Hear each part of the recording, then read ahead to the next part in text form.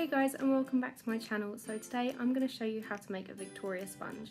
This cake is my go-to for all birthdays and celebrations because it's just plain and simple. You can ice it with whatever flavour icing you want. You can obviously do the classic jam and mascarpone, but I like to use all sorts of flavoured icings just to mix it up a little bit. So I'm just going to show you the basic recipe. On my website there's loads of different icing recipes as well. It's nice and easy and I'm sure you'll love it. Okay, I will see you guys in a little bit. To a bowl you're going to add 225 grams of butter or margarine, 225 grams of caster sugar and 1 teaspoon of vanilla essence. Give it a good mix until light and fluffy. You'll notice that the mixture actually does lighten in colour, so keep mixing until you notice this happen. Now there you go, easy peasy. It is so light and fluffy now, and honestly it is really delicious at this point. Try not to eat it all. Now you can add in your 4 eggs and 225 grams of self-raising flour. Give that a good mix until it is fully incorporated, but as soon as the flour and the eggs are mixed in, stop mixing. Overmixing your batter will cause the cake to be more dense. Now you're going to want to line your sandwich tins and evenly distribute the cake mix into them.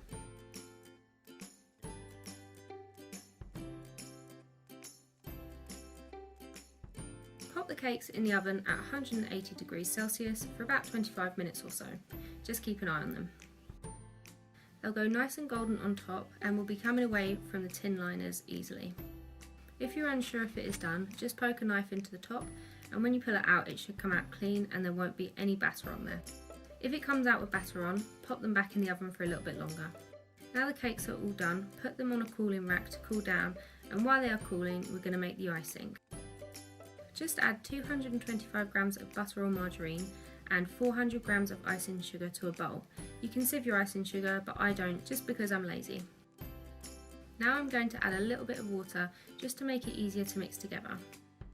As you can see, I have actually got this really cool mixing guard.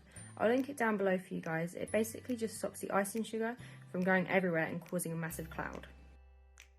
And then I just take it off when the mixture has come together a little bit, and then keep mixing until the icing is light and fluffy.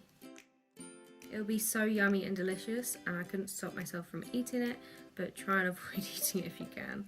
And that's about it. I'm going to put the lid on and write on what it is and the date, just in case you want to use it the next day or you're not going to put it on straight away. I use my liquid chalk window markers, and then I just pop it in the fridge until I am ready to ice it. Right, now it's time to ice your cake and assemble it.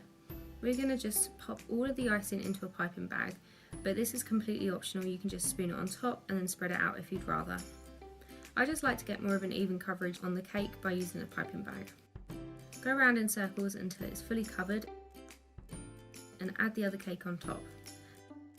And then again we're going to do another layer of icing on top. This is really optional. I just like loads of icing, but you could leave the top plain and just dust it with icing sugar if you'd rather. Once you've used up all of your icing, I'm going to go over the top with a little spatula. I love this spatula so much. I'll link it down below and would recommend you all get it for making cakes. It just makes life a lot easier and helps to spread things out like icing. And look at that really even layer. Like I said, everything is linked down below if you want to change it and make coffee icing, if you want to make chocolate icing.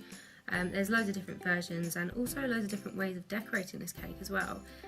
Maybe I'll see if I can put some pictures on the screen now of different ways that I've done it, because this is, seriously, it's my go-to. It's so good. Everyone seems to love it, and yeah, it's really versatile and easy to do. Thanks for watching that, guys. I hope you enjoyed it and I hope your cakes come out just as good as mine do.